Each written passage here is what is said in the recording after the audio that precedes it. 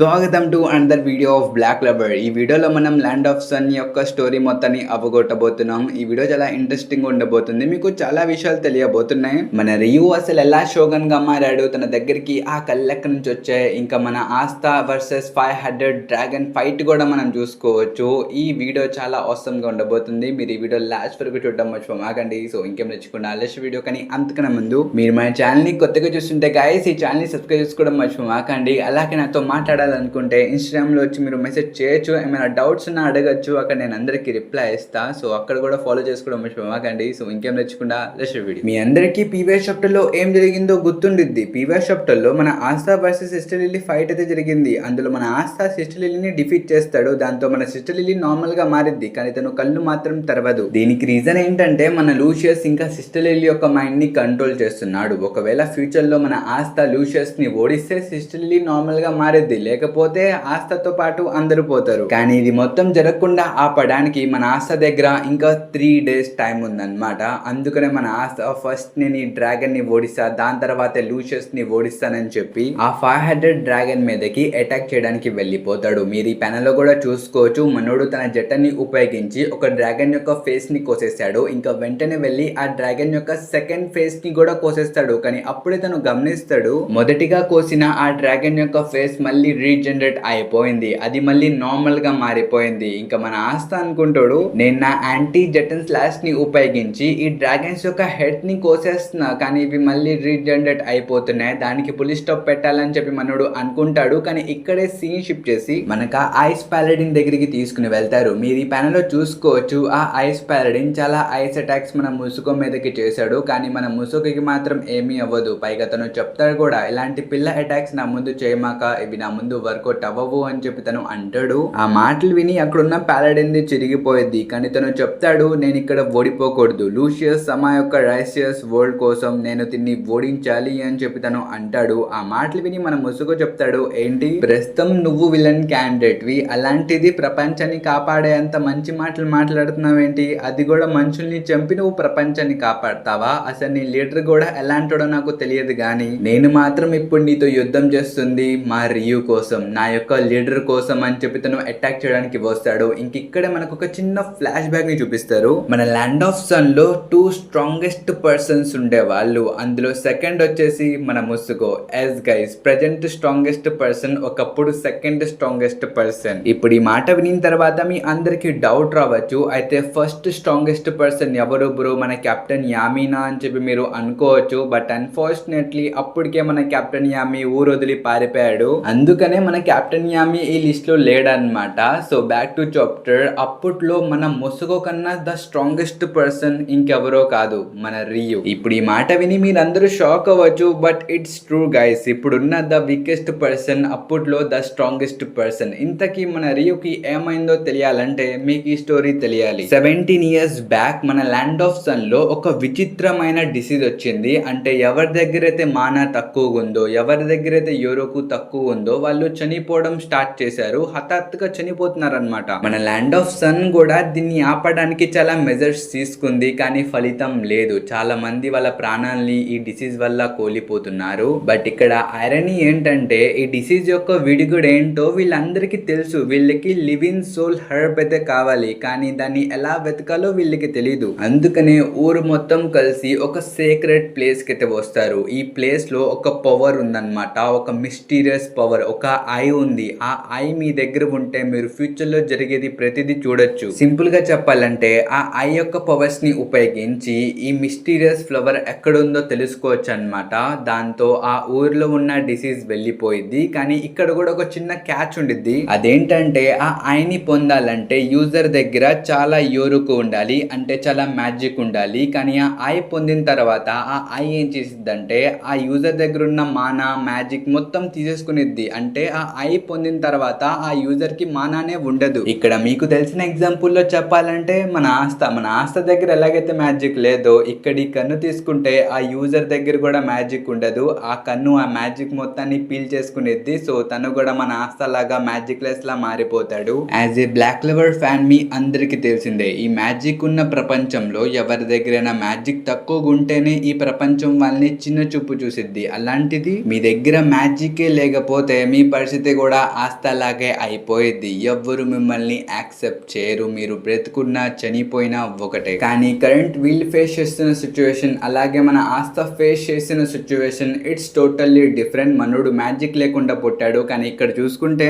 వీళ్ళిద్దరూ the strongest people. వీళ్ళు తప్ప ఆ పనిని ఇంకా ఎవ్వరూ చేయలేరు. ఆ టెన్గన్స్ ని కంట్రోల్ చేయాలంటే చాలా యోరుకు కావాలి, చాలా మ్యాజిక్ కావాలి. ప్రెజెంట్ అంత మ్యాజిక్ ఉన్న పర్సన్స్ వీళ్ళిద్దరే కాబట్టి చేస్తే వీళ్ళిద్దరే చేయాలి. లేకపోతే ఎవరైతే ఆ కంట్రీలో వీక్ క్యాండిడేట్స్ ఉన్నారో వాళ్ళందరూ వికెట్ తన్నేస్తారు అన్నమాట. కానీ ఇక్కడ చూసుకుంటే మన ముసుగు చెప్తాడు, అయినా ఆ వీక్ క్యాండిడేట్స్ కోసం నేను నా పవర్స్ ని ఎందుకు పారేయాలి, వాళ్ళ కోసం నేనెందుకు ఆ సాక్రిఫైస్ చేయాలి, వాళ్ళు బ్రతుకున్నా చనిపోయినా నాకు అంత సంబంధం ఉండదు, ఎందుకంటే ఐఆమ్ స్ట్రాంగ్, నేను ఈ పని చేయను అని చెప్పి తను చెప్పేస్తాడు. And it is reality guys. మన రియల్ వరల్డ్ లో కూడా ఎవరు ముక్కు ముఖం తెలియని వాళ్ళకి సహాయం చేయడానికి అంత తొందరగా రారు. బట్ స్టిల్ ఈ ఘోర కలియుగంలో కూడా మన రియు లాంటోళ్ళు కొంతమంది ఉంటారు. ఇక్కడ మన రియు ఏం చెప్తాడు తెలుసా, మీ అందరికీ నా యోరుకునే కదా కావాలి, అయితే తీసుకోండి. ఈ యోరుకుతో కొంతమంది యొక్క ప్రాణాలు బాగుపడతాయంటే నాకు అదే కావాలి, అయితే తీసుకోండి అని చెప్పి తను ఆ గుహలోకి వెళ్ళిపోతాడు. ఇంకా తెన్గెస్సుతో బయటకు వస్తాడు. అది చూసి ఫస్ట్ డిసప్పాయింట్ అయ్యేది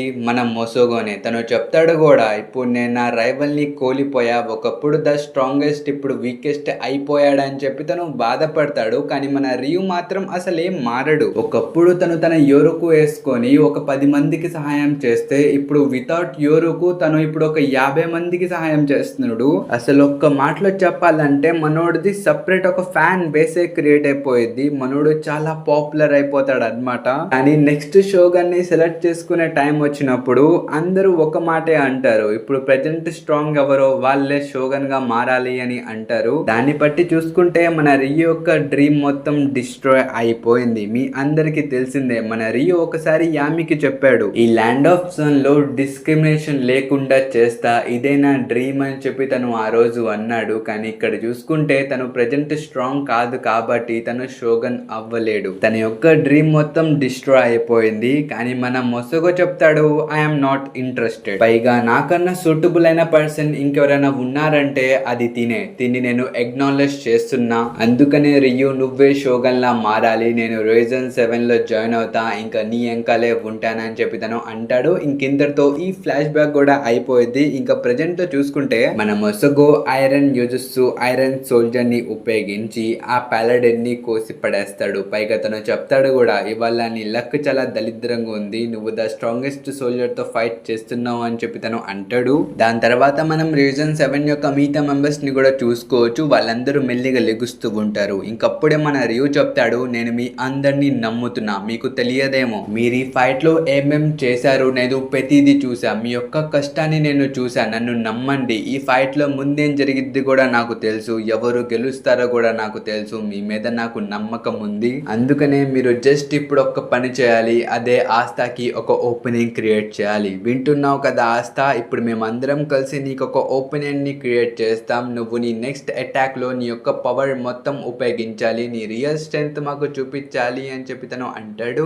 ఆ మాట విని మన ఆస్తా కూడా చెప్తాడు, గాట్ ఇట్, నెక్స్ట్ అటాక్ లో నా పవర్ మొత్తం మీకు చూపిస్తానని చెప్పి తను అంటాడు. ఇంకా మన రియు కూడా తన కళ్ళని మనందరికి చూపిస్తాడు. Bro it is crazy. మీరు ఈ ప్యానెల్ లో మన రియు యొక్క టెన్గన్స్ ని చూసుకోవచ్చు. అది చూడడానికి ఒక షరింగన్ లాగానే ఉంది, but it's totally different guys. చూడడానికి షరింగన్ లాగానే కనిపించిన దీన్ని వాడితే మీకు కళ్ళు పోవు, అలాగే కళ్ళ నుంచి రక్తాలు కూడా రావు, దీన్ని మీరు ఎంతైనా వాడచ్చు. సో బ్యాక్ టు చెప్తాడు, మన రియు ఫ్యూచర్ ని చూసి ఆస్తాకి చెప్తాడు, చూడు ఆస్తా, నీ యొక్క యాంటీ మ్యాజిక్ స్లాష్ తో నువ్వు నీ పవర్ మొత్తాన్ని ఉపయోగించి ఒకేసారి ఆ డ్రాగన్ యొక్క అన్ని తలకాయలు కోసేయాలి, అప్పుడు అది రీజనరేట్ అవ్వదు, అది శాశ్వతంగా పోయిద్ది అని చెప్పి తను అంటాడు. కానీ మనందరికి తెలిసిందే ఇది చెప్పినంత ఈజీ కాదు ఇక్కడ పనులు అవ్వడం. ఈ విషయం మన రియుకి కూడా తెలుసు, అందుకనే ఇక్కడున్న ప్రతి ఒక్కరిని తను మోటివేట్ చేస్తాడు. ఇక్కడ తను చెప్తాడు, ఈ 500 డ్రాగన్ ఎన్నో సంవత్సరాల నుంచి మన నేషన్ ని పొల్యూట్ చేసుకుంటూ వచ్చింది, ఇంకా చాలు, ఇప్పుడు మన వంతు, మనం ఈ డ్రాగన్ ని ఓడించబోతున్నాం ఫ్యూజీ అని చెప్పి తను అంటాడు. ఇక్కడ మన ఫ్యూజీ కూడా తన పాటని స్టార్ట్ చేస్తాడు.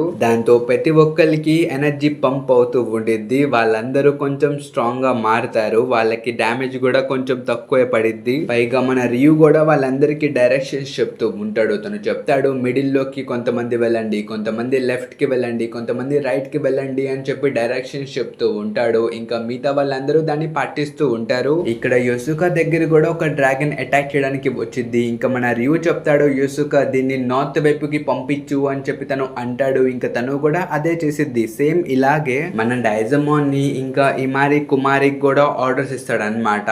ఆ డ్రాగన్స్ యొక్క తలకాయల్ని వెనక్కి నట్టందని చెప్పి ఇంకా వీళ్ళు కూడా ఇలాగే చేస్తారు. అండ్ లిటరల్లీ మన మోరిఫోన్ అయితే నువ్వు అలాగే పట్టుకొని ఉంచాలి, నువ్వు కదలకూడదు అని చెప్పి ఆర్డర్స్ ఇస్తాడు. ఇంకా తను కూడా అలాగే పట్టుకునిద్ది. ఇంకా తన తర్వాత జోజోని కూడా చూసుకోవచ్చు, తనకు కూడా ఆర్డర్స్ ఇస్తాడు ఆ తలకాయని పక్కకి నెత్తని. కానీ మనోడు అక్కడికి వెళ్ళంగానే పడిపోతాడు, ఎందుకంటే తను ఆల్రెడీ చాలా డ్యామేజ్ లో ఉన్నాడు. తను అయితే ఆ పనిని చేయలేకపోతాడు. ఆ లాస్ట్ హెడ్ కూడా మనోడు మీద దాడి చేయడానికి వచ్చింది. కానీ అప్పుడే మన ఇచికా ముందుకు వచ్చి తన జెటన్ స్లాష్ ని ఉపయోగించి ఆ డ్రాగన్ యొక్క తలకాయని పైకి లేపిద్ది. ఇంకా తను చెప్పిద్ది కూడా ఆస్థా ఇంకా నీ వంతు అని చెప్పి. ఇంకా మన ఆస్థా కూడా తన అటాక్ తో రెడీగా ఉంటాడు. ఒక్క స్లాష్ వేస్తాడు అంతే. ఆ డ్రాగన్స్ తో పాటు అక్కడున్న మేఘాల్ని కూడా మనోడు కోసేస్తాడు అనమాట. లిటరలీ ఆ మేఘాలు కొన్ని సంవత్సరాల నుంచి అక్కడే ఉన్నాయి బ్రో. మన ఆస్థా వాటిని కోసేసిన వెంటనే మన ల్యాండ్ ఆఫ్ సన్ లో ఉన్న ప్రజలు వాళ్ళ జీవితంలో మొదటిసారి క్లియర్ స్కై ని చూస్తారు, మొదటిసారి క్లియర్ సన్ ని చూస్తారు అనమాట. వాళ్ళందరూ ఎమోషనల్ అయిపోతారు. ఇంకా దీని తర్వాత మన ఆస్థా కిందకు వచ్చి ఆ ప్యాల్డెన్ ని చూస్తాడు. తన్ని చూసి మనోడు షాక్ అయిపోతాడు, ఎందుకంటే మనోడు ఆల్రెడీ తన్ని సాషా విలేజ్ లో డిఫీట్ చేశాడు. తను చనిపోయాడు, కానీ ఇక్కడ చూసుకుంటే తను బ్రతుకున్నాడు. అసలు ఇది ఎలా జరిగింది అని చెప్పి తను అనుకుంటూ ఉంటాడు. అప్పుడే ఎంకల్ నుంచి మన రియూ చెప్తాడు తిను చనిపోయాడు, కానీ తిన్ని రెజరెక్ట్ చేశారు. ఇది చేసింది ఇంకెవరో కాదు, లూషియస్ జూలియస్. వీళ్ళిద్దరు అనుకుంటే ఎంతటి వాడినైనా తిరిగి తీసుకుని రాగలరు ఆస్థా అని చెప్పి తను అంటాడు. ఆ మాట వినిన తర్వాత మన ఆస్థా చెప్తాడు నేను తొందరగా క్లోవర్ కింగ్డమ్ కి వెళ్ళాలి, ఏమైనా దారుందా అని చెప్పి తను అంటాడు. అప్పుడు రియూ చెప్తాడు నువ్వు ఇప్పుడు కంగారు పడాల్సిన అవసరం లేదు ఆస్థా, నీ ఫ్రెండ్స్ నిన్ను ఆల్రెడీ వెతుకుతున్నారు, వాళ్ళు ఇక్కడికి తొందరలోనే వచ్చేస్తారు అని చెప్పి తను అంటాడు. ఆ మాట విని మన ఆస్థా కూడా హ్యాపీగా ఫీల్ అవుతాడు అనమాట.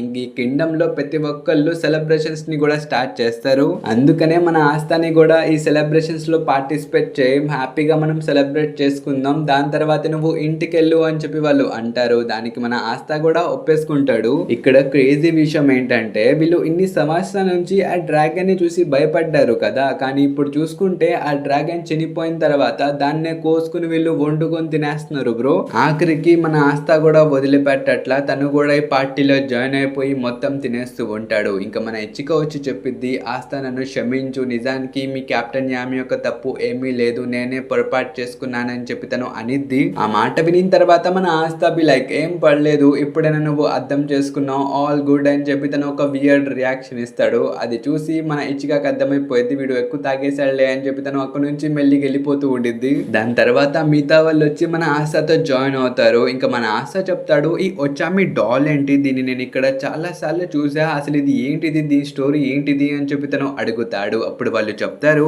కొన్ని సంవత్సరాల ముందు ఇక్కడ ఫుడ్ షార్టేజ్ జరిగింది, అప్పుడు ఒక ఒచామి డాల్ వచ్చి అందరికి ఫ్రీ ఫుడ్ పంచింది, తనే మా గాడెస్ అని చెప్పి వీళ్ళందరూ పూజిస్తారనమాట. నిజానికి తను ఎవరో కాదు మన చార్మి. ఇంకంతేకాదు ఇక్కడ ఇంకో క్రేజీ విషయం జరిగిద్ది. ఇక్కడ మన ముసుగో ఉన్నాడు కదా, తను ఆశా దగ్గరికి వచ్చి చెప్తాడు ఇంతకి నువ్వు నెక్స్ట్ టైం వచ్చేటప్పుడు నీతో పాటు ఒక స్ట్రాంగెస్ట్ ఫీమేల్ ని తీసుకొని రా, నేను కూడా చూద్దామని అనుకుంటున్నా క్లోవర్ కింగ్డమ్ లో ఎలాంటి స్ట్రాంగెస్ట్ ఫీమేల్స్ ఉన్నారో అని చెప్పి తను అంటాడు. దానికి మన ఆస్థా కూడా ఒప్పుకుంటాడు. ఇంతకీ మనోడు ఎవరిని తీసుకొద్దాం అనుకున్నాడు తెలుసా, మనం మెరోలియాన్ అని. బాబాయ్ వీళ్ళిద్దరిని మనోడు కలపబోతున్నాడు guys. So back to chapter. మన ఆస్థా ఇక్కడ ఎక్కువ తాగేస్తాడు, అందుకనే ఈ బండోడు ఏం చేస్తాడంటే పద ఆస్థా మనం స్నానం చేయడానికి వెళ్దామని చెప్పి అక్కడ ఉన్న ఆ హాట్ స్ప్రింగ్స్ దగ్గరికి తీసుకుని వెళ్తాడు. ఇది మంచి పనే, కానీ మనోడు ఇక్కడ ఏం చేస్తాడు నేను టవల్ మర్చిపోయాను నేను తీసుకొస్తానని చెప్పి బండోడు ఇక్కడే ఉండిపోతాడు. మన ఆస్థా మాత్రం ఊపుకుంటూ లోపలికి వెళ్ళిపోతాడు. కానీ లోపలికి వెళ్ళి చూస్తే అక్కడ మన ఇచికా ఉండిద్ది. అంతే బ్రో, మనోడికి అర్థమైపోయేది తను చనిపోబోతున్నాడని, అందుకనే భయపడి తను పారిపోతాడు. ఇక్కడ మన ఇచికా మాత్రం సిగ్గుపడిపోయిద్ది. అప్పుడు మన బండోడికి గుర్తుకొచ్చిద్ది అనమాట ఈ టైంలో లేడీస్ లోపల ఉంటారని, అందుకనే కాసేపు తర్వాత వద్దాంలే అని చెప్పి బండోడు అక్కడ నుంచి వెళ్ళిపోతాడు. దీని తర్వాత పొద్దునే పోయిద్ది. మన ఆస్థా అమ్మయ్య రాత్రి బాగా నిద్ర పట్టిందిలే అని చెప్పి పొద్దున బయటికి వస్తాడు. ఇంకా బయటకు వచ్చిన తర్వాత తనకి ముందు నుంచి మన ఇచికా కనిపించిద్ది. ఇంకా తను గుడ్ మార్నింగ్ కూడా చెప్పిద్ది. అప్పుడు మన ఆస్థా చెప్తాడు యా గుడ్ మార్నింగ్ ఇచికా, ఇంతకీ నిన్న జరిగింది కదా దానికి ఐఎమ్ వెరీ సారీ అని చెప్పి తను అంటాడు. కానీ మన ఇచికా చెప్పిద్ది అసలు రాత్రి ఏం జరిగిందో దానికి నువ్వే రెస్పాన్సిబిలిటీ తీసుకుంటావు యు ఫూల్ అని చెప్పి తను అనిద్ది. ఆ మాట విని మన ఆస్థకి మాత్రం ఏం అర్థం కాదనమాట. తినేంటి ఇలా చెప్తుందని చెప్పి మనోడు అనుకుంటాడు. కానీ దీని తర్వాతే మన రివిజన్ 7 మెంబర్స్ వచ్చి చెప్తారు, ఆస్థ తొందరలో నువ్వు ఒక పెద్ద ఫైట్ లో పార్టిసిపేట్ చేయబోతున్నావు, నువ్వు ఇంకా ట్రైనింగ్ చేయాలి మాతో రా అని చెప్పి వాళ్ళు అంటారు. ఇంకా మన ఆస్థ కూడా ఒప్పుకుంటాడు. ఇంకా దీంతో ఈ చాప్టర్ అయితే అయిపోయింది. సో మనం అఫీషియల్లీ ఈ ఆర్క్ ని అయితే కంప్లీట్ చేసాం. ఇంకా దీని తర్వాత నెక్స్ట్ వీడియోలో నుంచి మనం క్లోవర్ కింగ్డమ్ ని చూడబోతున్నాం. సో ఆ 3 days అయితే అయిపోయింది. ఫైనల్లీ మన ఫైనల్ విలన్ వచ్చేస్తాడు. తను వచ్చి ఏం చేస్తాడో నెక్స్ట్ వీడియోలో చూడాలి. ఐ హోప్ ఈ వీడియో మీ అందరికీ నచ్చిందని అనుకుంటున్నా. నచ్చితే మాత్రం మీరు మన ఛానల్ సబ్స్క్రైబ్ చేసుకోవడం మర్చిపోమాకండి. ఇంక వీడియో అయితే ఇంతవరకే. మనం కలుద్దాం నెక్స్ట్ వీడియోలో. Until then bye bye guys.